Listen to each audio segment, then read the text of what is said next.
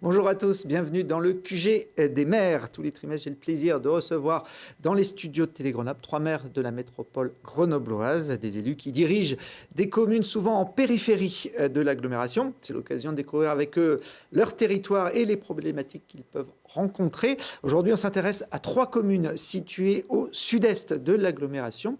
J'ai le plaisir d'avoir les maires de Séchilienne, Volnavé-le-Bas et Volnavé-le-Haut. Cyril Venet, bonjour.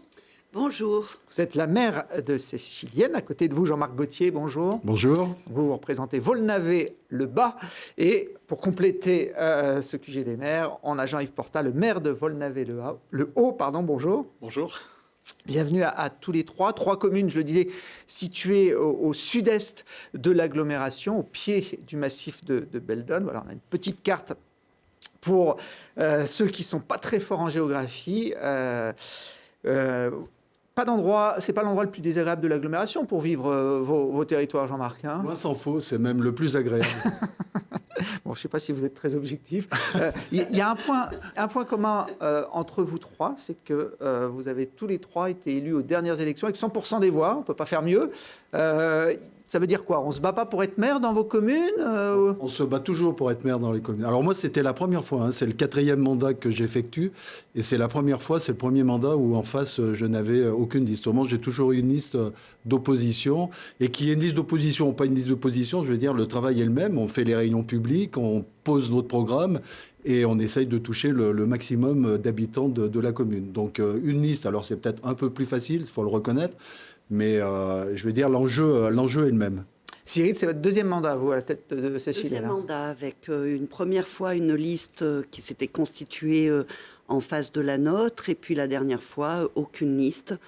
Je pense que les vocations dans les petites communes, en tant que pour être élu bénévole et vraiment au service des habitants, c'est quelque chose qui peut poser question pour beaucoup. Hein. Jean-Yves, pareil, vous aussi, c'est le 2e mandat? Oui, 2e mandat, là, une seule liste, effectivement, mais on était plutôt sur une liste au rassemblement, puisque dans le premier mandat, j'avais une liste d'opposition, et les élus de l'opposition ont vraiment travaillé avec nous dans le mandat précédent, et du coup, on s'est rassemblés pour faire une seule liste en 2020, voilà. Alors, on va commencer par un petit jeu. C'est la tradition dans cette émission pour savoir si vous connaissez bien vos voisins. Vous êtes 3 communes limitrophes, on l'a vu sur la carte. Jean-Yves, combien d'habitants à Séchilienne? Un tout petit peu plus de 1000. Très bien. Il a bien répondu? Très bien. 1024. 1024. Bon. Un peu moins. Et comment on appelle les habitants de Séchilienne? Moi, il y a plusieurs noms. Alors, les Séchiliennois, les Chichilins, des fois, ça c'est peut-être en patois. Les cugelés. Non, c'est chez son voisin, les cugelés. Les cugelés. Non, c'est les curotis. Ah non, les curotis. les curotis, c'est à Saint-Barthélemy. Oh là Ah oui, ils ont le soleil. Les gentilés à Séchilienne, effectivement, sont assez complexes puisque on dit les Séchiliennois, mais on dit aussi les Chichilins, Chichilines, parce que nous avons eu un seigneur romain à l'époque qui s'appelait Chichilinus, et un petit clin d'œil à Chichiliane en même temps, qui était aussi du même domaine de ce seigneur. Et les curotis, parce que nous avons les fesses au soleil, sur la face sud de Beldon, et que nous avons ces rayons qui nous réchauffent les fesses. Donc nous sommes fiers aussi de porter ce nom-là. Les curotiers, je ne l'aurais pas trouvé celui-là. Et c'est un clin d'œil au Cujala, sur la commune voisine de Saint-Barthélemy, où les gens ont les fesses bien gelées. Au froid. Le patois local s'exprime. Ouais, on a reçu Gilles Strapazon dans cette émission il y a quelques mois. Je me souviens plus s'il avait il avait parlé de cette... Vous l'aviez évoqué, oui. Cyril, même question pour Volnavé-le-Bas. Combien d'habitants à Volnavé-le-Bas? Un peu moins de 1300, 1250, je pense. Un peu plus. Un peu plus. On frise maintenant au dernier recensement les 1400, doit être 1380 ou 1390. Une commune qui se développe énormément. Et on les appelle comment, les habitants de Volnavé? Les Volnaviards. Volnaviards. Alors, les bas Volnaviards? Non, Volnaviards et Volnaviards en haut. Oui, parce que je vais poser la même question à Jean-Marc. Bon, pour les habitants, et peut-être il y a un peu d'incertitude. Pour le nom, le nom des habitants, ça va être plus facile. On partage le même nom des habitants, hein, que ce soit les Volnavières du haut ou du bas, c'est les Volnavières. pareil. Ouais. Il n'y a pas de distinction entre les deux appellations. Et sur Volnavé-le-Haut, combien vous avez d'habitants? C'est vous la plus grosse commune, Jean-Marc? Volnavé-le-Haut, ils sont combien? 10 250. Non, à Volnavé-le-Haut, ils doivent dépasser les 3500, ils doivent être autour de 3600, 3700. 3007, 3008. Non, on a dépassé les 3500 dans le mandat précédent. Ah ouais. Là, maintenant, on dépasse les 4000 avec... Ah ouais. Ah oui, avec... On a dépassé les 4000 l'année dernière. Là, on a 4082 habitants. Ah oui. Les deux Volnavés se développent beaucoup. Les deux communes ont toujours été distinctes dans l'histoire, oui. À ma connaissance, pratiquement toujours. Il y a eu une époque dans les années 1700 où il y a eu un regroupement, mais ça n'a pas duré très longtemps. Nous, on a fait des recherches en 1800 et 1840. Je crois qu'il y a eu un regroupement. Les habitants et ceux qui étaient au conseil municipal avaient souhaité se regrouper. Et nous, l'information qu'on a, c'est que ça s'est mal terminé par un pugilat monstre entre les deux communes. Et du coup, le projet s'est arrêté là. Nous, c'est l'information qu'on a par rapport au rapprochement des deux communes. Bon, il y a des projets de fusion ou pas? Parce que c'est dans la tendance ces dernières années que certaines communes se regroupent. On n'a pas travaillé ces projets pour l'instant. Pour l'instant, pas à l'instant. C'est vrai qu'on partage énormément de choses avec Volnavé-le-Haut. Je veux dire, on partage le cimetière, on partage l'église, on partage certaines routes. Donc, je veux dire, on est dans la même communauté de communes. Et moi, je suis un farouche défenseur de la proximité. Donc, les petites communes doivent exister et continuer à exister de façon à être au plus proche des habitants. Non, parce que dans les problèmes ce qui pose parfois problème dans la fusion de communes, c'est de choisir le nouveau nom. Là, pour le coup, il n'y aurait pas de problème. Et puis les rapprochements. Plus la commune grossit, plus il faut aussi envisager des logements sociaux, de la construction, etc. Je veux dire... Après, les rapprochements, ils se font naturellement. Et puis, nous, on a un autre voisin qui est hors de la communauté de communes, hors de la métropole, qui est dans la communauté de communes du Grésivaudan, sur laquelle on partage la station thermale touristique du Riage, et avec laquelle on a beaucoup de liens. Voilà, vous êtes partagés entre les deux côtés de la vallée. Avec qui on doit se marier. Bon, en tout cas, vous habitez la même vallée qui descend de Duriage jusqu'à Visil. En bas, Jean-Marc Gauthier, c'est pas la partie la plus urbanisée. On peut considérer que vous êtes dans un village. C'est vrai que quand les gens passent sur le CD 524, je veux dire, la plupart du temps, ils oublient, ils passent à Volnavé-le-Haut, ils oublient qu'à Volnavé-le-Bas, ils arrivent à Visil en disant on a loupé un épisode. Nous, la particularité de notre commune rurale, c'est qu'elle est de chaque côté du CD 524. Donc, elle n'est pas traversée par la départementale. Et pour y accéder, il faut vraiment rentrer dans le village. Et en plus, on a la particularité, c'est qu'on a un village, un hameau qui est à Montchaffray et qui est à 8 km de la commune, qui fait partie de Volnavé-le-Bas. Mais pour aller à Montchaffray, il faut passer par Volnavé-le-Haut et monter. Donc, c'est une commune qui est à 900 mètres d'altitude. Donc voilà, c'est vrai qu'on ne passe pas dans la commune de Volnavé-le-Bas. Bon, on voit là quelques images du centre du village, on va dire, qui paraît très paisible, en tout cas, le jour où on est venu faire ces images. Il y a quand même les services de base, une école, bibliothèque. On a une école à 6 classes, on a 8 associations qui sont très dynamiques, donc c'est un village qui est très agréable et on a de plus en plus de demandes pour venir s'installer à Volnavé-le-Bas. Donc ça, c'est l'école que l'on voit avec la nouvelle cantine que l'on a construite l'année dernière. Il y a aussi le projet d'ouvrir un commerce, un bar on a le projet d'ouvrir un bistrot, un petit bistrot de pays, mais on a de très grandes difficultés, c'est de trouver un gestionnaire. Parce que, je veux dire, il faut quelqu'un qui soit là et puis qui sorte un salaire. Donc là, on va remettre les bouchées doubles pour faire des appels à projets. Mais on aimerait bien l'ouvrir parce qu'il va se retrouver au centre du village. Et comme on a un projet de faire une nouvelle mairie avec une placette intergénérationnelle, ça nous permettrait d'avoir un centre de village plus actif et plus vivant. Alors vous évoquez les gens qui partent d'Uriage, qui descendent à Visil, qui passent par Volnavé-le-Haut, mais qui n'identifient pas forcément Volnavé-le-Bas. Par contre, ils identifient ce qu'on peut appeler une institution, c'est Ozanam. Ah oui, c'est Ozanam avec qui on travaille en très proche collaboration. Donc Ozanam, où il y a une trentaine ou 35 des personnes qui séjournent. Donc c'est un centre de vente, là, comme on voit sur les images. et un centre de réadaptation et de remise un peu au pied de l'étrier de certaines personnes qui ont été un petit peu malheureusement cabossées par la vie. Donc je veux dire, Volnavelba est connu surtout par rapport à Ozanam et pas par rapport à son maire. Ça fait plus de 60 ans en tout cas que cette structure existe. Hein. Elle a été précurseur dans le domaine de l'économie sociale et solidaire. Maintenant, des structures comme ça sont beaucoup développées. Et de réinsertion, ouais. Et donc voilà, c'est un marché aux puces, on peut le simplifier comme ça, qui est très connu des habitants de l'agglomération grenobloise. Il y a encore une activité agricole importante sur votre territoire ? Alors de moins en moins, parce qu'on doit avoir deux agriculteurs qui vivent à temps plein de l'agriculture et de l'élevage. Et après, c'est des multis, c'est-à-dire il y a un mi-temps au travail et un mi-temps à la ferme, mais on a de moins en moins d'agriculteurs. Hein. Ouais. Cyril Venet, c'est votre compétence à la métropole. Hein. Vous êtes vice-présidente en charge de l'agriculture et de la montagne. C'est compliqué hein, sur ces territoires périurbains de maintenir une activité agricole. Oui, et d'ailleurs, sur la commune de Volnavé-le-Bas, la métropole dispose de terres agricoles en pleine propriété et une personne, un agriculteur a une houblonnière et réalise du maraîchage.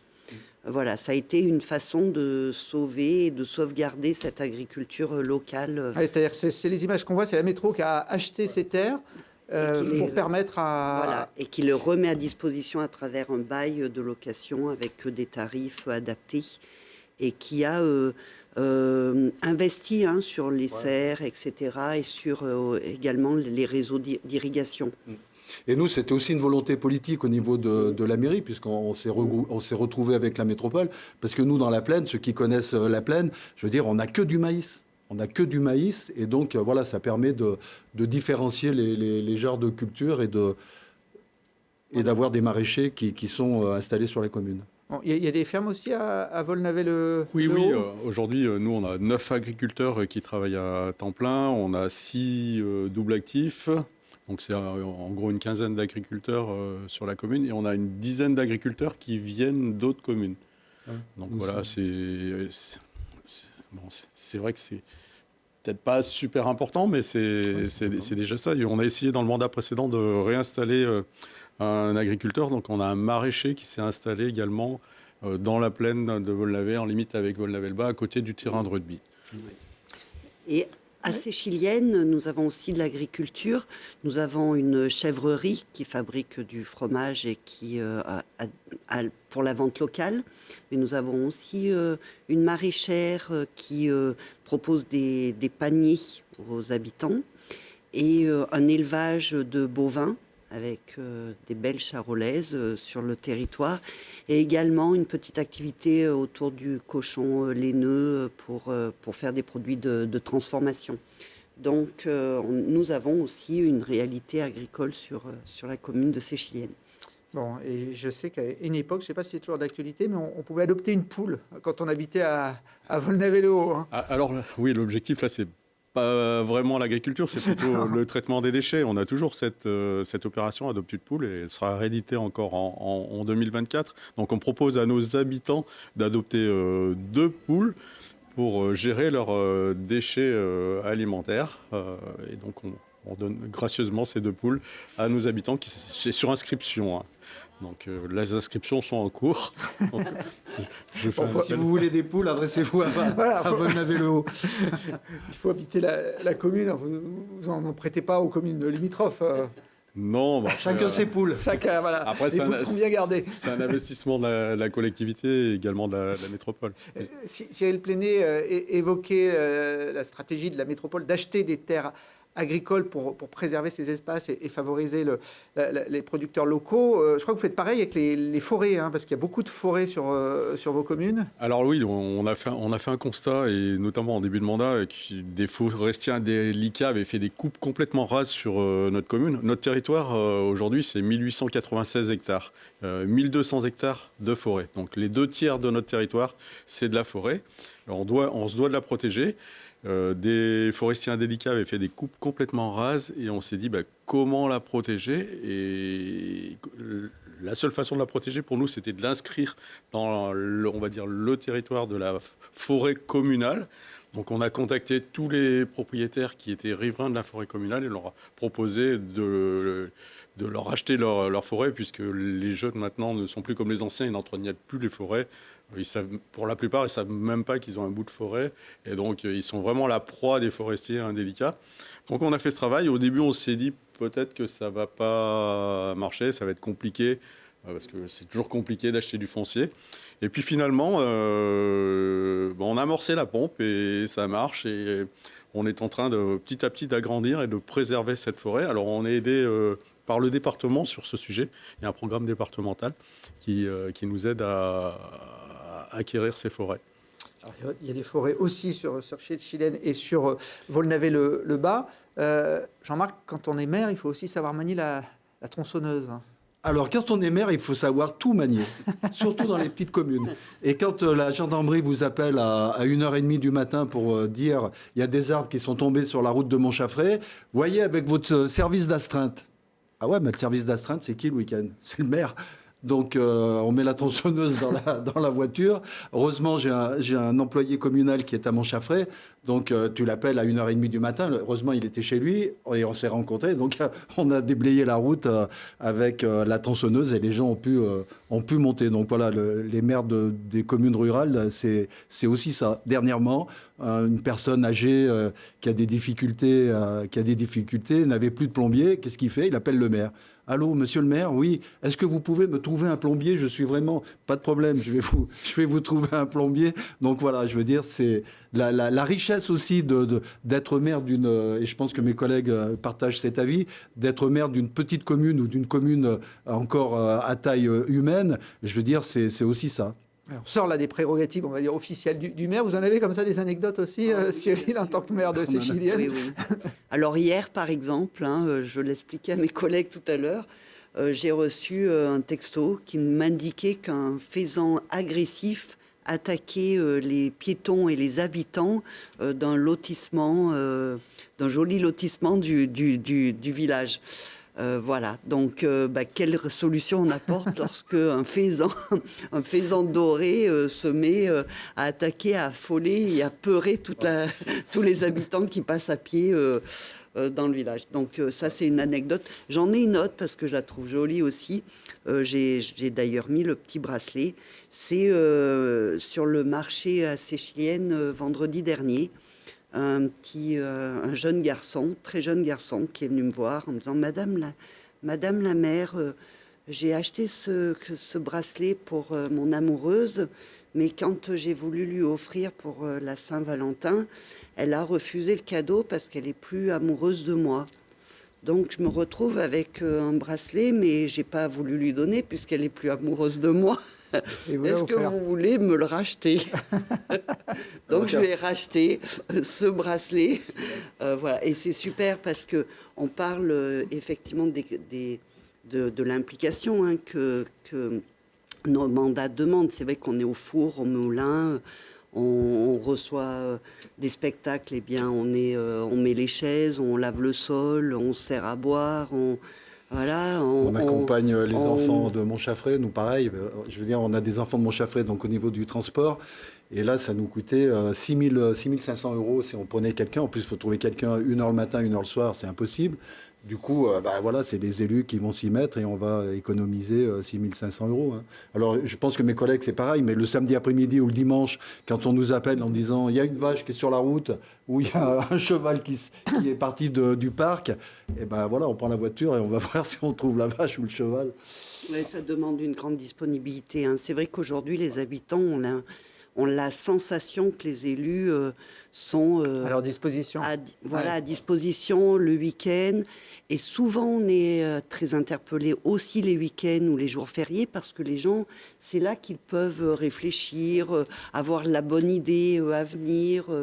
Et voilà, donc c'est une grande implication. Mais avec des... Voilà, oui, il y a des bons moments aussi. Il y a des bons moments. Et puis c'est dimanche, je vais appeler le maire. Oui, à ces dimanches, je pensais que peut-être je pourrais louer la salle, je pourrais faire ceci. Mais n'empêche que c'est un joli mandat quand même, le mandat de maire, parce que c'est un mandat qui nous permet de transformer nos communes, qui nous permet d'agir sur la vie locale. Moi, j'ai malgré tout la sensation d'améliorer la vie communale à travers... Tout ne se fait pas tout de suite, immédiatement, mais n'empêche d'avoir cette capacité à projeter et à trouver les bonnes stratégies pour agir sur nos vies de village. Je trouve qu'il n'y a pas mission plus belle. Voilà. Mais il faut en accepter toutes les contraintes à côté également. C'est ça. C'est vrai que c'est un beau mandat. Après, c'est au détriment de ta vie privée. Quelquefois, tu as des citoyens qui viennent à la maison carrément pour te chercher par rapport à la problématique le week-end. Tu es en train de passer la tondeuse, il faut tout arrêter. Et plus dans les communes rurales, je veux dire, c'est sûr que le maire de Grenoble ou le maire de Saint-Martin. Oui, il n'a pas les mêmes problématiques. Moi, je vais à l'école, les gosses m'appellent tous Monsieur le maire. Ils savent qui je suis. Je veux dire, alors dans les grandes communes, je veux dire, le maire, il peut aller dans une école et tout, personne ne le connaît. Alors j'ai vu qu'il y avait des mines de fer aussi à Volnavé-le-Bas, des anciennes. De mines de fer, d'ailleurs, qui nous posent un problème de sécurisation pour les encadrer, les clôturer. Dernièrement, on a des jeunes qui ont voulu aller faire les spéléologues, donc ils sont descendus avec une corde dans le gouffre. Bon, heureusement, il était bouché, etc. Mais c'était pas perçu que la corde était trop courte. Donc quand ils ont voulu remonter, donc il a fallu appeler les pompiers. Bon, bref. Mais c'est vrai qu'on a eu beaucoup de mines de fer. D'ailleurs, il y a beaucoup de recherches par rapport aux minerais, etc., qui sont faits par des professionnels et qui viennent travailler sur le versant Beldon de la commune. Alors, il n'y a pas de mine de fer à Volnavé-le-Haut, mais vous avez un golf. C'est une des rares communes de la métropole à avoir un golf. C'est assez original. Il était géré d'ailleurs par la métro pendant quelques années et aujourd'hui, c'est la commune qui a repris la main. Oui, il était géré par la métropole jusqu'en 2015. La métropole avait une DSP avec Gaïa à l'époque et du coup, elle a abandonné au terme de cette DSP la gestion du golf sur Uriage, donc c'est la commune qui l'a repris. Alors on est propriétaire du terrain et on l'a mis en délégation de service public aujourd'hui. Alors c'est vrai que c'est un écrin de verdure très important au cœur de la station thermale touristique d'Uriage. Donc c'est vrai. C'est un atout pour une commune d'avoir un équipement comme ça ? C'est pas un atout financier en tout cas, ça a d'autres atouts. C'est un atout touristique pour la station du Riage, c'est un écrin de verdure. Donc en ces sens-là, oui, c'est un atout. Je crois que les jeunes de la commune peuvent pratiquer le Alors golf. Oui, c'est dans les termes de la délégation de service public. Les jeunes de la commune ont un accès au golf et donc peuvent pratiquer le golf dans le cadre scolaire ou dans le cadre du centre de loisirs. Alors, ce qu'on ne sait pas vraiment, quand on vient à Uriage, on associe Uriage plutôt à la commune de Saint-Martin-d'Uriage, c'est que la moitié du site d'Uriage est sur la commune de Volnavé, dont le golf, notamment, dont on vient de parler. Oui, alors, Uriage, c'est une station thermale touristique. C'est un lieu-dit, mais le territoire est vraiment coupé en deux entre Volnavé-le-Haut et Saint-Martin-d'Uriage.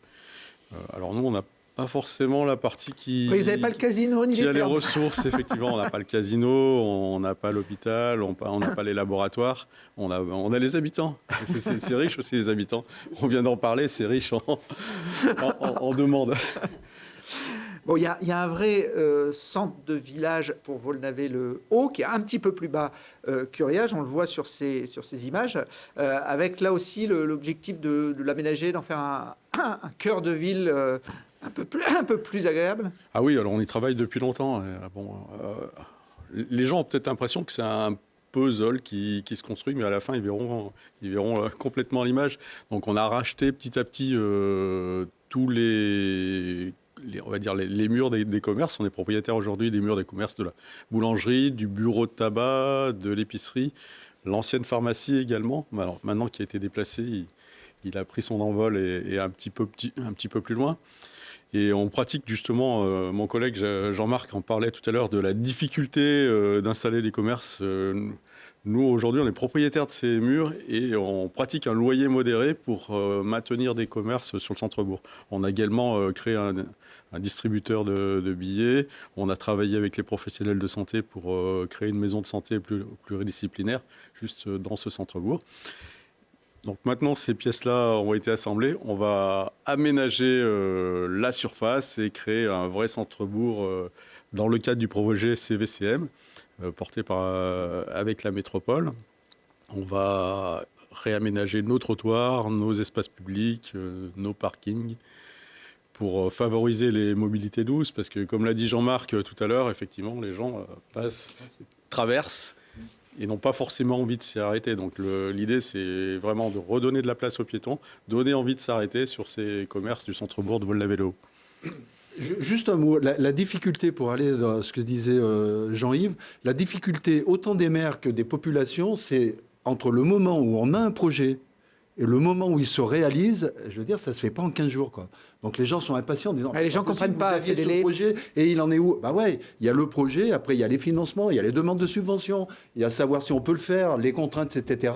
Et un projet, il met des fois des années avant d'aboutir. Hein. Et ça, les gens en ont pas toujours conscience en disant, ouais, vous nous aviez dit que ça allait se faire et on attend. Bah oui, on attend parce qu'on ne peut pas aller plus vite que la musique. Hein. Ouais, c'est des temporalités qui sont longues, c'est pour ça que je parlais de puzzle. Alors quelquefois, on saisit une opportunité pour acheter un foncier. Le projet du pôle santé, par exemple, on l'a démarré dès le premier jour du mandat en 2014. On l'a inauguré que 7 ans après, en 2021. Il y a eu pas mal d'obstacles. Donc en fait, avec ces temporalités différentes, on voit des aménagements qui sont partis par là. Il faut regarder le résultat final qui sera, j'espère, une belle image.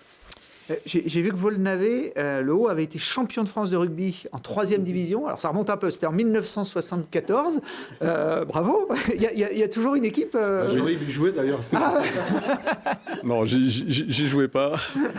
J'étais un petit peu trop jeune, mais par contre, j'ai joué au club de l'Étoile sportive de Volnavé. C'est le club phare de la commune, le seul sport collectif d'ailleurs, il y a toujours le club. Ouais.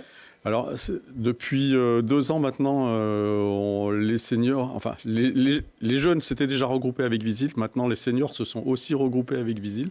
Donc, il n'y a plus qu'une école de rugby des tout jeunes qui est propre.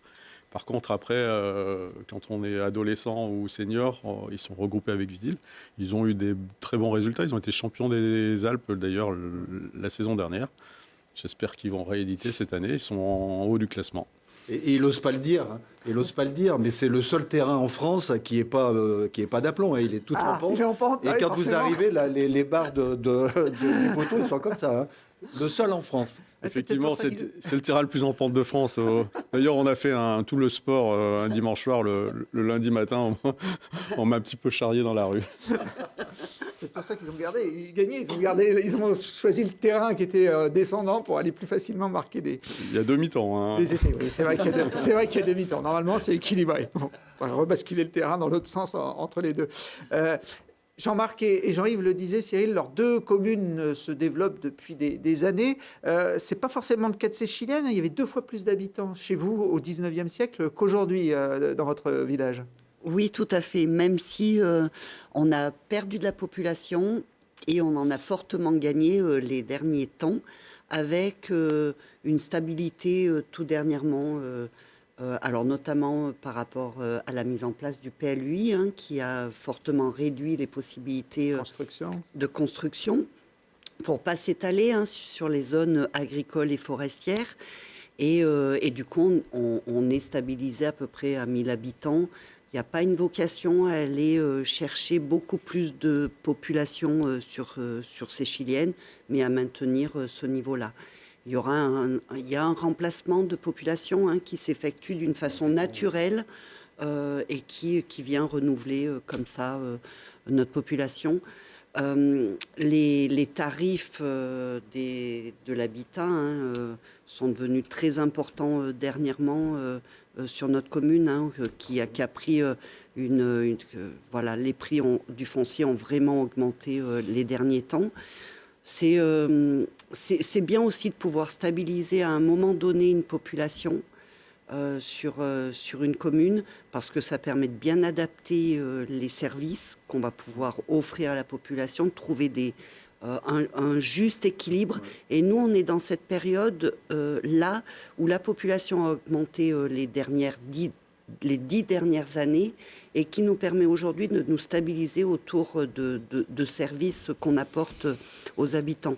Et ces services-là, c'est du centre de loisirs, c'est une nouvelle bibliothèque, c'est un groupe scolaire qui a été rénové, c'est la création d'une nouvelle place tout enherbée, c'est justement aussi une revitalisation après la fermeture de tous les commerces de flux sur notre national, qui a été recréé autour de la place centrale du village, avec une épicerie, mais aussi l'installation d'un local pour le traiteur local, mais également l'installation d'un marché sur le vendredi après-midi, avec une guinguette qui s'installe tous les vendredis et où ça offre des moments conviviaux à tout le monde, puisqu'on peut aller prendre un café à l'épicerie, manger un bout de tarte à la guinguette et puis se retrouver autour du primeur, etc. Et ça nous permet en fait de construire comme ça un pulse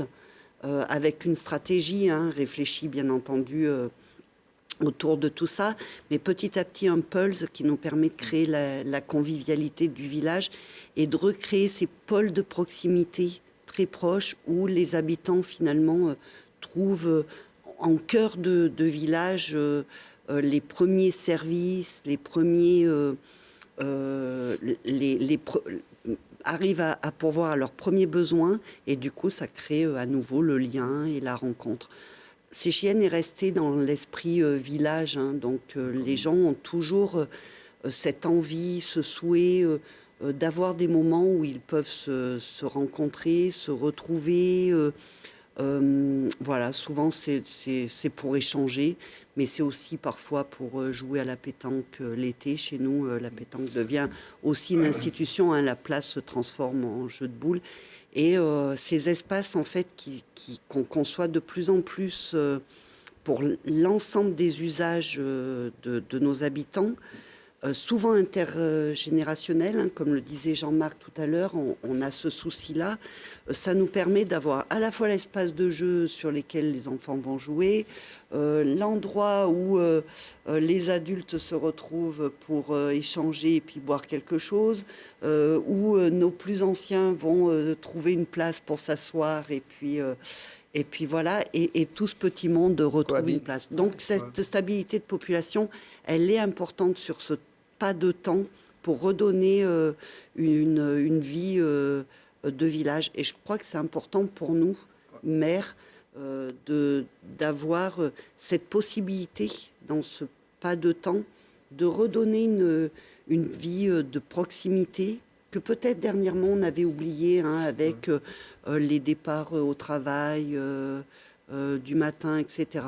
Peut-être qu'aujourd'hui, le Covid, mais aussi les besoins de faire des transitions, nous permettent finalement, avec le télétravail, de réintégrer des activités professionnelles sur nos territoires et de réintégrer la proposition de services moi, je partage complètement ce que tu viens de dire, mais il y a aussi une attention des maires, notamment des maires des petites communes, peut-être à Volnavé-le-Haut un peu moins, mais des petites communes rurales comme nous, c'est qu'une commune, il faut qu'elle vive.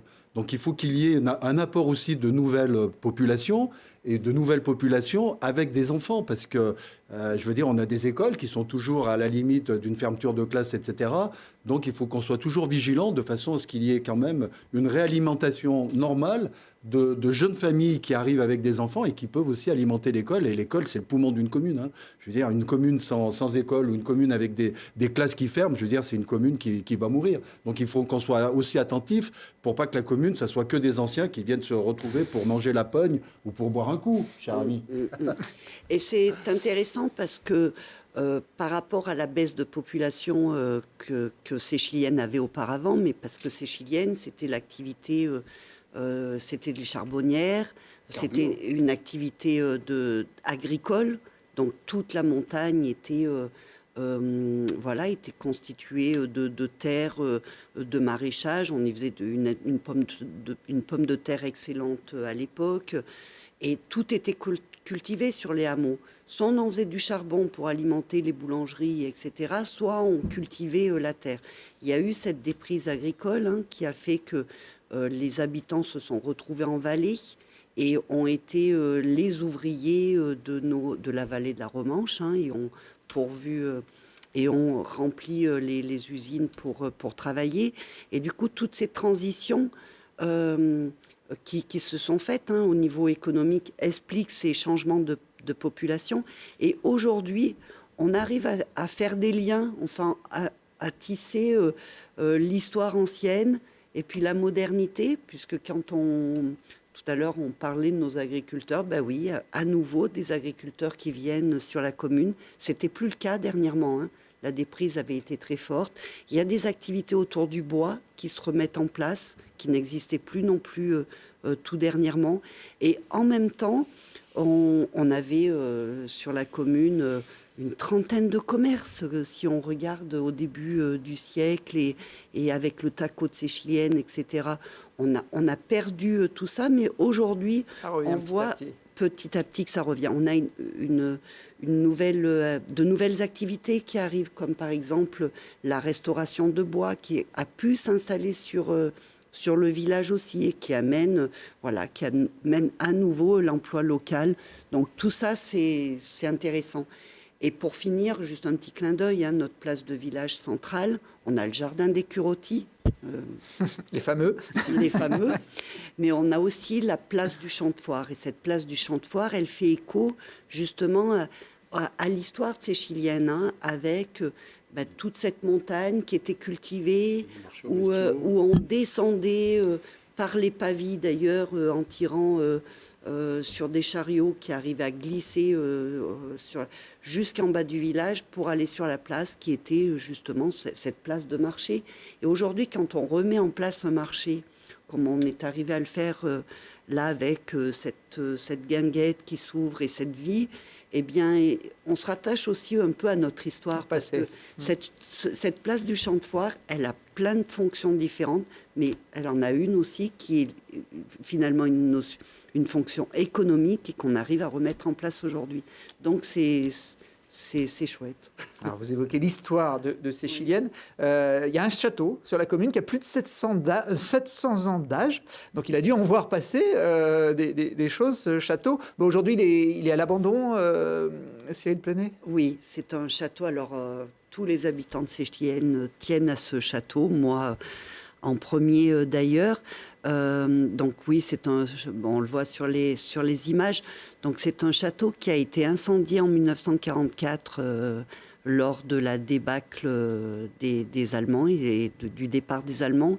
Ils pensaient que des résistants s'abritaient à l'intérieur et il a été victime d'un incendie qui malheureusement lui a porté un coup assez fatal, puisque depuis, il n'y a pas eu la capacité de reconstruire finalement ce joyau. Donc il y a des opérations de sauvegarde de la ruine, mais ces opérations de sauvegarde n'ont jamais pu aller plus loin. Et tout dernièrement, donc en 2019, il y avait eu une équipe d'étudiants qui s'était présentée à Séchilienne en disant « Nous, on a le projet de sauver le château de Séchilienne. Ça nous a permis de constituer une cagnotte qui nous a permis d'avoir plus de 20 000 euros. Hein.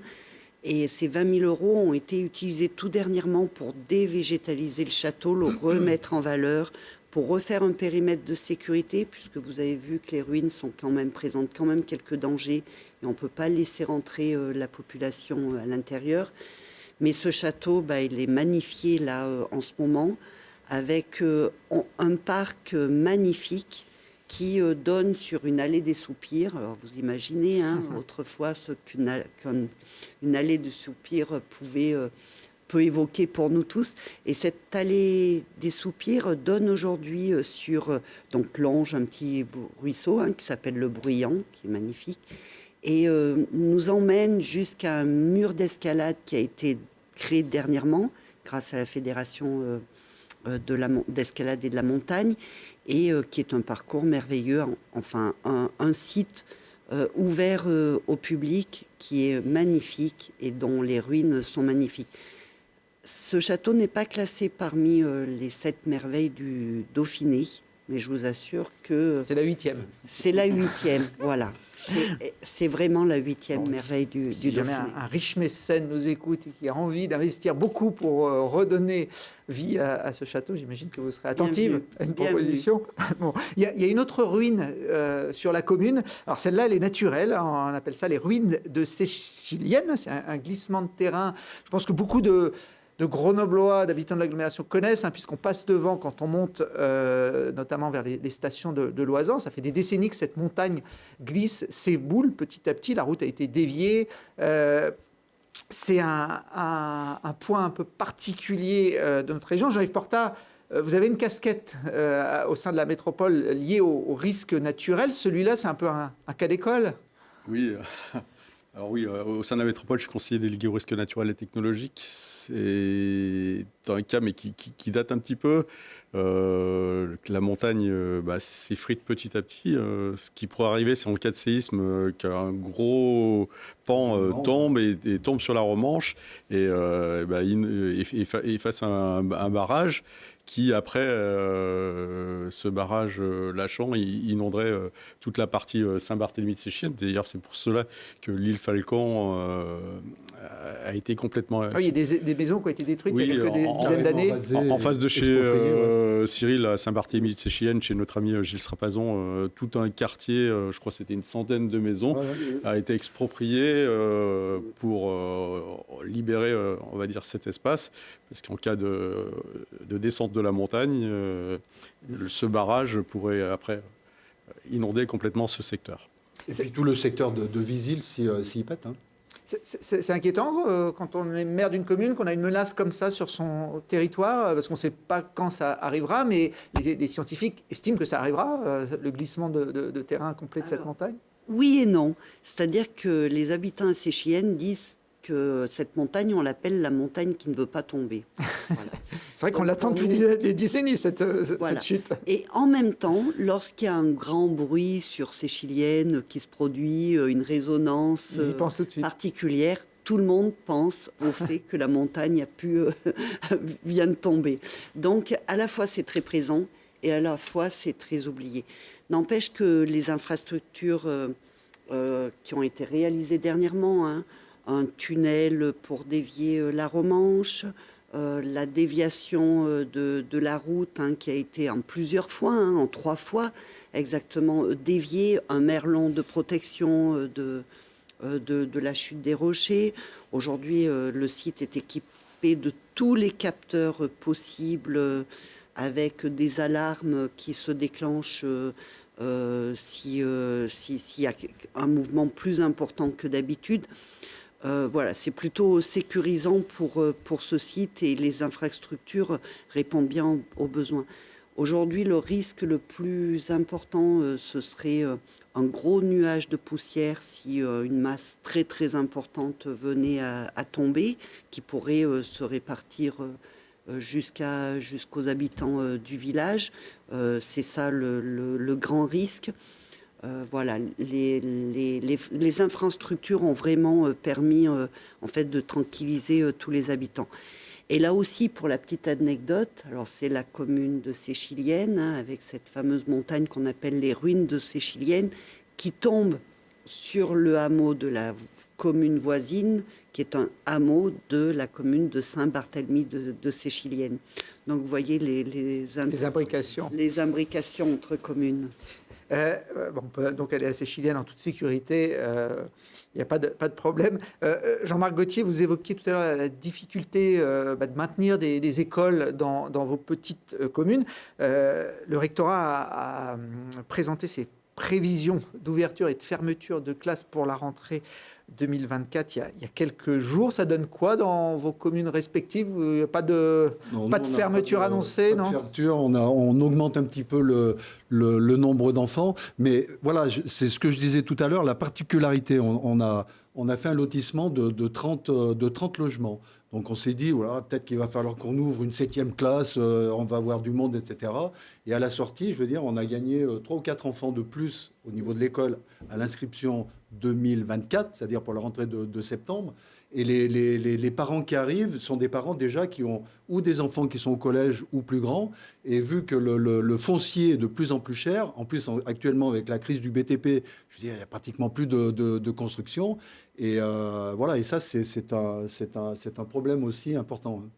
À Volnavez-le-Haut, 4000 habitants, on est moins contraint sur le flux de population pour maintenir ces classes? Non, je souscris complètement à ce qu'a dit Jean-Marc. Le fait de construire des maisons individuelles n'amène pas forcément toujours des enfants dans les classes. Ça en amène quelques-uns. On a les moyens de se les acheter en général. Oui, ou c'est des couples qui sont, on va dire, sur un parcours. Ils ont déjà acheté un appartement, maintenant ils passent sur une maison, et donc les enfants sont plus forcément scolarisés en élémentaire.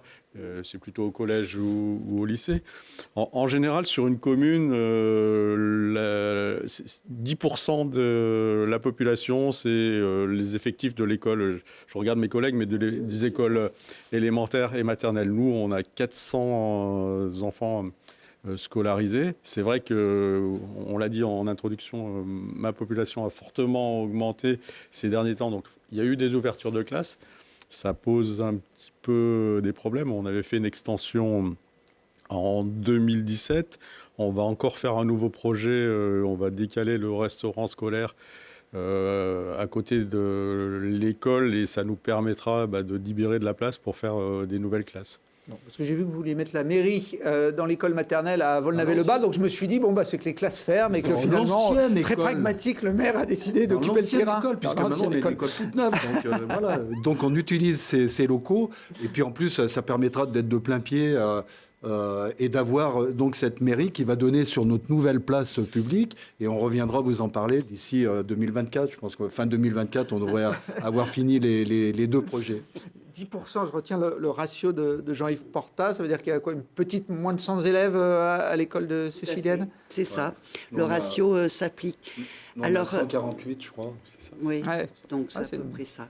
Alors nous, la stratégie, ça a été de réhabiliter et d'agrandir l'école, et en se disant qu'il fallait pouvoir s'adapter pour accueillir 4 classes, mais aussi jusqu'à 6 classes. Donc en fait, chaque année, on a une marge qui est bien calée pour les années à venir. Voilà. En ce moment, on a 4 classes. Demain, il faut en ouvrir une. La classe est prête. Et on a aussi créé un espace qui pourrait permettre encore d'accueillir une classe supplémentaire. Et aujourd'hui, avec 4 classes, les locaux scolaires sont très adaptés et très vastes pour accueillir tout le monde. Alors, ils ne sont pas très nombreux, donc les écoliers de Séchilienne, mais ils sont créatifs. Ils ont réalisé l'an dernier cette cabane qu'on voit, qui est d'ailleurs située sur la commune de Volnavez-le-Haut, une cabane hibou. Ça ressemble aussi un peu à un igloo en bois. C'était quoi ce projet, Cyril Pléné? Alors, la métropole, avec l'ensemble de ses partenaires, et également le département dans le cadre des forestivités, nous avons tous pour projet, avec Fibois, l'ONF, etc., l'ensemble de nos partenaires, de mettre en valeur la filière bois. La filière bois, de la graine de l'arbre jusqu'à l'arbre qu'on collecte pour le chauffage ou la construction bois, et bien entendu tous les enjeux liés à la captation carbone de la forêt et à la biodiversité, etc. Et du coup, pour mettre en valeur cette filière, on a eu pour idée de lancer un concours de cabanes. Et on a invité chaque classe, toutes les écoles de la métropole, à participer à ce concours sur la base du volontariat. Alors j'ai été très fière, puisque ce sont les enfants séchiliennes de classe de CM1, CM2 qui ont gagné ce fameux concours. Tu faisais partie du jury, peut-être un petit conflit d'intérêts, mais bon. Voilà. Mais du coup, ils ont proposé, tout simplement parce qu'ils avaient travaillé l'année d'avant sur Harry Potter, autour de la langue anglaise. Ils avaient fait un séjour. Donc la cabane hibou avait un lien avec ce qu'ils avaient travaillé. Et ils ont gagné ce concours. Alors c'est vrai que là aussi, on peut dire que je ne suis pas objective, mais quand même, c'est vrai que c'était réellement la plus jolie cabane de toute la métropole. Et cette cabane a été construite dans la forêt métropolitaine de Prémol, et elle a toute sa place. Et les habitants de Séchilienne peuvent s'y rendre facilement, comme les habitants de l'ensemble de la métropole. Et cette cabane, elle a demandé un travail autour d'une architecte est de Volnavez-le-Haut. Ah, la collaboration était complète. Ah, alors. voilà, complète. Et de toute la filière et également des compagnons qui ont construit cette maison et pour laquelle ça ne paraît pas, mais il y a quand même beaucoup de réflexion derrière, puisque la cabane hibou, elle était belle sur le dessin, mais elle était aussi très compliquée à construire. Ouais, j'imagine. Voilà, toute l'histoire. Alors, tout le monde ne peut pas vivre dans une cabane. Proposer des logements, c'est un des enjeux importants quand on est maire, et notamment quand on est maire d'une commune de plus de 3500 habitants. Ça vous concerne, Jean-Yves Portin, puisqu'il y a cette fameuse loi SRU qui s'applique aux communes qui ont passé ce seuil où il faut construire du logement social, ce qui est compliqué pour des communes comme les vôtres. Oui, on en a parlé tout à l'heure quand on a évoqué le scolaire. Donc nous, on a une croissance qui est plutôt importante, peut-être plus importante qu'on le souhaiterait, mais on est obligé vis-à-vis de la loi SRU. Elle s'applique à notre commune depuis qu'on est rentré à la métropole. Donc depuis 2014, puisque la règle, c'est qu'il faut qu'on soit dans une interco de plus de 50 000 habitants, dont la ville-centre est plus de 15 000 habitants, et dont la commune est plus de 3 500 habitants. Tout est coché, là. Volnavez-le-Haut, en 2014, on a coché toutes les cases. Donc on a intégré la métropole, on a dépassé les 3 500 habitants, et la métropole a plus de 50 000 habitants. Sur ce point-là, je ferais juste une petite parenthèse. Je trouve que la loi est assez mal faite et si on prend d'autres exemples, et par exemple sur le Grésivaudan, ils n'ont pas de ville-centre qui a plus de 15 000 habitants et donc ils ne cochent pas toutes les cases. Et donc certaines communes qui ont ma taille, voire supérieure, ne sont pas forcément obligées de faire du logement et du logement social, alors que vont arriver dans le Grésivaudan notamment avec les nanotechnologies, des milliers d'emplois supplémentaires. Donc il va falloir les loger et le report risque de se faire sur nos communes. Donc voilà. Après, construire du logement social, il faut qu'il y ait une acceptabilité de nos populations. Alors le message qu'on fait passer, c'est aussi pour nos populations, puisque les 2/3 de nos populations sont éligibles à du logement social. Souvent, c'est pour les jeunes qui ne souhaitent pas, qui habitent sur la commune ou les communes voisines et qui ne souhaitent pas descendre sur l'agglo. On a aussi les situations de séparation de ménage et c'est déjà compliqué, donc on ne veut pas déscolariser les enfants et donc il faut retrouver, on vend la maison, mais il faut retrouver un logement sur la commune. Et on a aussi les situations de veuvage. Alors c'est souvent des dames d'ailleurs qui restent et qui avaient une maison mais qui ne sont plus en capacité de l'entretenir et qui souhaitent rester sur la commune. Donc ça, c'est les 3 populations cibles pour le logement social. On a d'ailleurs créé dans le mandat précédent une résidence autonomie sur la commune, donc qui compte pour du logement social, avec 50 logements juste à côté du golf d'ailleurs. Ils ont une vue imprenable sur le golf qui a été ouverte en 2021. Tous les jours au golf. Alors ils sont plutôt en perte d'autonomie, donc un petit peu moins enclins à aller taper ou peter sur le parcours, mais par contre pour l'observer, ils sont aux premières loges. J'évoquais tout à l'heure, en clin d'œil en ouverture, votre point commun d'avoir été élus tous les 3 avec 100% des voix en 2020. Il y a un autre point commun à vos 3 communes, c'est qu'elles sont situées à quelques kilomètres de Champs-Rousses. Alors c'est plutôt un inconvénient ou un atout, Jean-Marc Gauthier, d'être à côté d'un domaine skiable comme celui-là? Inconvénient et atout. Il faut savoir que si la commune... Alors avant, Champs-Rousses n'était pas une commune, elle était gérée par le conseiller départemental. Maintenant, c'est une commune à part entière, etc. Mais ce qu'il faut savoir, et nos communes ici sont concernées de premier chef, c'est qu'à l'époque, c'est les communes de Séchilienne, Volnavez-le-Haut, Volnavez-le-Bas, Herbé et Briey qui ont cédé du terrain gratuitement à Champs-Rousses de façon à ce que l'Arcel puisse, entre autres, à ce que l'Arcel puisse exister. C'est-à-dire, l'Arcel aujourd'hui, c'est grâce à nos communes que les gens peuvent skier. Alors, à la fois, c'est un atout parce que au niveau des loisirs, du développement économique, au niveau des emplois, puisqu'on a des gens de nos communes qui sont salariés à Champs-Rousses, soit au moment de l'hiver, soit à l'intersaison.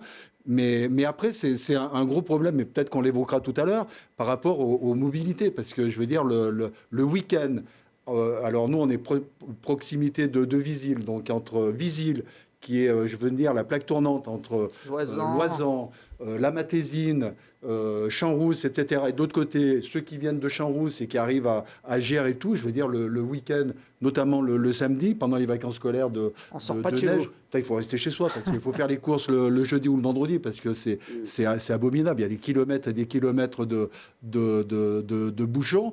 Et dans la journée, je veux dire, si on part par la Combe de Giers, si on commence à partir entre 8h et 8h30, c'est bouché jusqu'en bas, on se dit, tiens, on va passer par Briey. On arrive à Briey, à Tavernol, c'est bouché jusqu'à Hébin.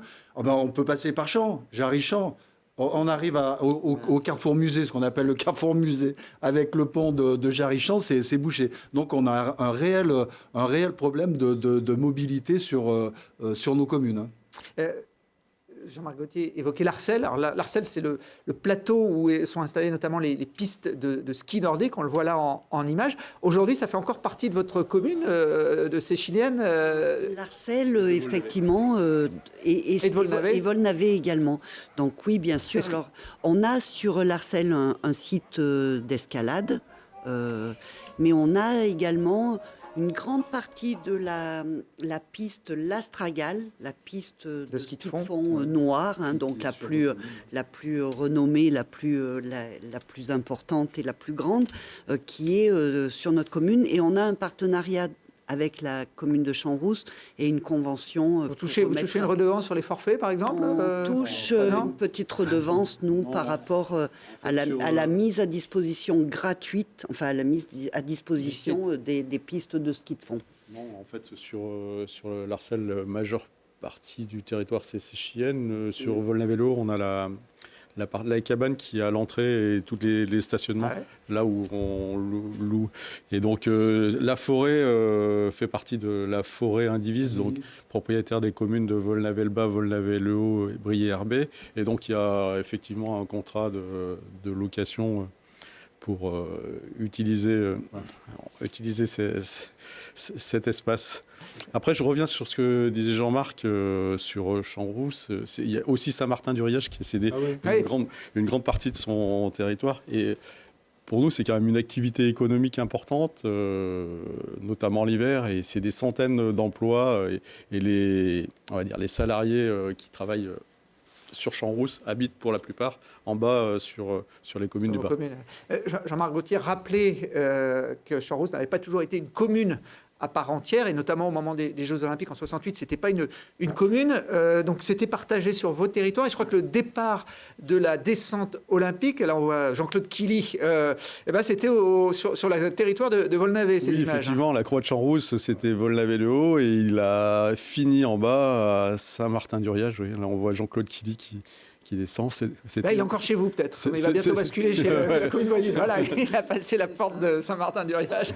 Voilà, il est passé sur Saint-Martin-du-Riage, effectivement. Non, mais c'est important de signaler parce que les gens ne savent pas ne connaissent pas ce sujet. Oui, Champs-Rousse, c'est une commune nouvelle. Elle a été créée en 1989. Voilà. Alors, je pense que les débats ont été assez houleux, du dire des anciens, au niveau du conseil municipal. Je crois que c'est le conseil municipal qui a duré le plus longtemps. Un petit peu comme ceux de Grenoble, il a dû finir à 3h du matin. À chacun ses problèmes. Et avant, donc, tout l'espace de Champs-Rousse était géré par le conseiller départemental, qui avait en charge de la station. Qui avait en charge des aménagements, etc.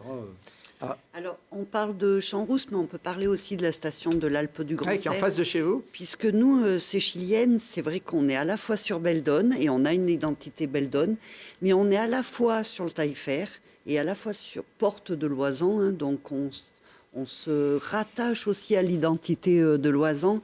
Et bien entendu, on a une connexion très forte avec la Matésine. Et nos habitants travaillent parfois à Champs-Rousse, on en a beaucoup, mais aussi à l'Alpe du Grand Cerf et bien sûr sur les stations de Loisan. Et on ne va pas revenir sur les sujets de problèmes de circulation des week-ends, mais c'est vrai que l'axe Oisan est très compliqué. Je ne suis pas sûr qu'il y ait de solution à court terme pour réduire le trafic du week-end avec ceux qui vont fréquenter les grandes stations de Loisan. on voyait les images de Jean-Claude Killy, c'était 1968, mais il y a un jeune champion qui vit sur votre commune, Jean-Yves Porta, on le voit là en image, qui a été champion du monde de ski en junior, vice-champion du monde encore cette année. Il s'appelle Alban Elesi Canaferina, c'est peut-être le futur Jean-Claude Killy, c'est un grand espoir du ski français en tout cas. Oui, Alban, je le connais depuis qu'il est tout petit, c'est vraiment un très bon sportif. Je lui souhaite une très longue carrière et notamment plutôt similaire à celle de Pinturo. Effectivement, il fait 2 très bons résultats. L'année dernière, il est champion du monde junior en géant, vice-champion en descente. Cette année, il récidive. Il a 2 médailles d'argent malgré des pépins physiques. Je crois qu'il prend le départ avec un pouce cassé et il finit quand même vice-champion du monde en géant à 6 centièmes du premier. Donc il a le mental, il a la technique, donc il a tout pour être un vrai grand champion. Bon. J'ai trouvé mieux à ces Chiliennes avec Marion Josserand qui a été médaillée aux Jeux Olympiques de Vancouver, c'était en 2010, pas si loin que ça, qui était une skieuse de chez vous. Tout à fait, comme quoi le ski c'est quand même quelque chose qui est constitutif de notre territoire, avec des vocations comme ça. Moi, à l'époque, j'étais déjà conseillère municipale à Séchilienne et je me rappelle que ça avait été un grand moment. On l'avait accueilli en mairie pour faire signer des autographes. Donc, c'est aussi de la fierté d'avoir comme ça des champions sur nos territoires. Bon, j'en ai pas trouvé à Volnavez-le-Bas, mais... Le seul champion à Volnavez-le-Bas, c'est moi. Ah, ben j'allais dire. Bon, vous avez au moins votre chamois d'or, Jean-Marc. Pour finir et revenir sur ce que vous avez évoqué, les difficultés de circulation. Alors, il y a le week-end avec effectivement le trafic des stations de ski, mais je pense que la problématique se pose tout au long de l'année.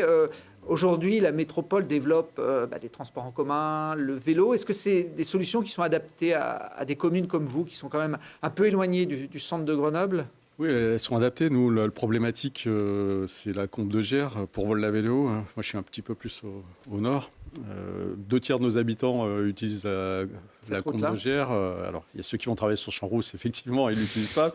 Mais la plupart vont travailler sur l'Aglo, ils utilisent la Combe de Gers. La Combe de Gers qui, en plus, verra des travaux là, pendant 19 mois. À partir de mi-octobre, donc les conditions de circulation vont encore se dégrader. Aujourd'hui, nous, on souhaiterait qu'il y ait une piste cyclable qui soit créée. Alors, il y en a une à la montée, mais elle n'est pas sécurisée. Et on a eu énormément d'accidents mortels ces dernières années. Donc, on milite pour une piste sécurisée. D'autant plus qu'avec le vélo électrique, aujourd'hui, c'est pas compliqué de partir de Gers et monter sur le Royage. Il y a 6 km, la pente n'est pas très importante. Donc, aujourd'hui, ce qu'il nous faut, c'est une piste sécurisée qui fasse cette liaison entre Gers et Visil. Ouais. On arrive à se faire entendre justement par la métropole quand on a des petites communes, entre guillemets, il y a 49 communes dans l'agglo. Justement, moi par rapport à ce que dit Jean-Yves, enfin moi personnellement en tous les cas, j'ai l'impression que par rapport aux pistes cyclables et tout, je veux dire, vous allez à Saint-Martin-d'Air, à Échirolles, il y a des pistes cyclables, elles sont entretenues, etc. Nous, on a une voie de délestage qui part de Volnavez-le-Haut, qui passe par la commune pour arriver au pont du Mât à Visil, qui passe dans le plan pour arriver à Visil. Je veux dire, on a toutes les peines du monde à ce qu'il passe au moins une fois la balayeuse. Alors on dit c'est le problème de la mairie. Mais je veux dire de passer la balayeuse une fois de temps en temps. Donc c'est pas qu'on a l'impression d'être un peu oublié, mais on a l'impression d'être quand même un peu à part. Voilà. Et moi, par rapport à la métro, je veux dire, nous, on a été pratiquement obligés d'intégrer la métro. Il y a 10 ans. Il y a 10 ans. Donc avant, on était rassemblés autour de la communauté de communes du Sud grenoblois, où on avait 17 ou 18 communes. Moi, personnellement, je m'y retrouvais bien dans cette commune. Et je n'étais pas un farouche, on ne peut pas dire farouche opposé à aller à la métropole, mais on était plus de la moitié des communes à ne pas vouloir y aller. Donc après, c'est le préfet qui nous a obligés pour que Grenoble soit une métropole, c'est-à-dire qu'elle soit de plus de 500 000 habitants. Donc, qu'est-ce qu'il a fait ? Il a rassemblé la Chartreuse, Il s'est dit, ça m'en fait 30 ou 40 000. Il a rassemblé ceux de Grenoblois, ça m'en fait pareil. Et j'ai une métropole qui va avoir 500 000 habitants. Mais moi, par rapport à ce qu'on a vécu avant, même si on avait des moyens limités, mais je veux dire, on avait un travail de proximité. Je veux dire, tous les projets que les collègues avaient, on savait qu'à Saint-Pierre-de-Mézage, quand ils nous disaient, je vais faire un projet dans tel hameau, ouais, ok. Et on avait des discussions entre nous, alors que maintenant on arrive à la métro, on est 49. Je veux dire, on fait le conseil métropolitain qui dure 10-12 heures dans des conditions des fois abominables. Et je veux dire, nous, des fois, on n'arrive plus à s'y retrouver quand on est présent, parce qu'il faut être présent. Mais c'est vraiment... Alors par contre, la métropole, et ça il faut le reconnaître, sur des gros projets d'assainissement, d'eau, d'aménagement de centres de village, je veux dire, là, heureusement qu'on a la métro. Mais après, sur les travaux plus de proximité, je veux dire, nous, par rapport aux routes, par rapport à l'entretien, etc., c'est un peu plus difficile. Et les temps d'intervention, des fois, sont très longs. Bon, je précise, pour finir, que même si vous êtes de sensibilités politiques différentes, tous les trois, vous siégez dans le même groupe à la métro, hein, notre métropole commune. Comme quoi, quand on est de bonne volonté, on peut arriver à travailler ensemble et faire avancer des dossiers. En fait, nous, on essaye de faire avancer des projets de territoire. Voilà, on n'a pas besoin de faire des grands... Vous n'êtes pas dans les combats politiciens. Non, on n'est pas dans les combats politiques. Voilà. Et puis, enfin, pour ma part, en tous les cas, on a conduit une liste, comme on dit, sans étiquette politique. C'est-à-dire, pour rassembler une commune de 1000 habitants, on a du mal à constituer des listes vraiment politiques. Avoir une étiquette et en fait, arrêtée. On se rassemble autour d'un projet communal pour... voilà, et c'est aussi pour cela qu'on se retrouve et qu'on s'entend si bien à NMC, parce que ce qu'on vit dans nos communes par rapport à nos projets, on le réalise, on le met en œuvre aussi dans le cadre du groupe NMC. Nous, pour l'intégration à la métropole, le Volna-Vélo, il était plutôt favorable parce qu'on est plutôt des fervents partisans de la mutualisation, mais il faut que la mutualisation soit bien faite. Comme l'a dit Jean-Marc, il y a des mutualisations qui marchent super bien pour l'eau, l'assainissement. Pour la voirie, c'est une compétence qui est plutôt jeune, qui se met en place, qui est compliquée puisqu'on a un territoire sur la métropole qui est très divers. Très divers. Entre le centre-bourg ou les centres-villes et les territoires de montagne, on va dire, on n'appréhende pas de la même manière la gestion de l'entretien d'une voirie, de sa réfection. Donc c'est encore un travail à mener qui va falloir mener surtout dans le mandat suivant. Juste un mot quand même, par rapport aux communes. C'est vrai que nous, pour construire une liste, il faut construire large. Moi, dans ma commune, c'est surtout une sensibilité de gauche et il est hors de question que des membres du Rassemblement national siègent tant que je serai maire dans mon conseil municipal. Donc, après, je veux dire, chaque maire a sa propre sensibilité, parce que sans étiquette, ça veut tout dire et rien dire.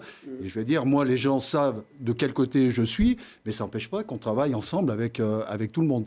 Donc, il ne faut pas gommer non plus l'aspect politique, parce que quand on est dans une commune, on fait de la politique. Alors, pas politicienne en disant, voilà, je suis... mais peut-être dans le bon sens du terme. Voilà. Et donc, voilà. Eh bien, merci en tout cas à tous les trois. On connaît mieux maintenant ce territoire du sud-est de l'agglomération. Bonne continuation dans vos missions au quotidien. On a compris que c'était très dense la vie de maire de petites communes. Vous pouvez retrouver l'ensemble des QG des maires en replay sur le site internet de Télé Grenoble. À très vite pour d'autres découvertes sur le territoire. Merci pour l'accueil.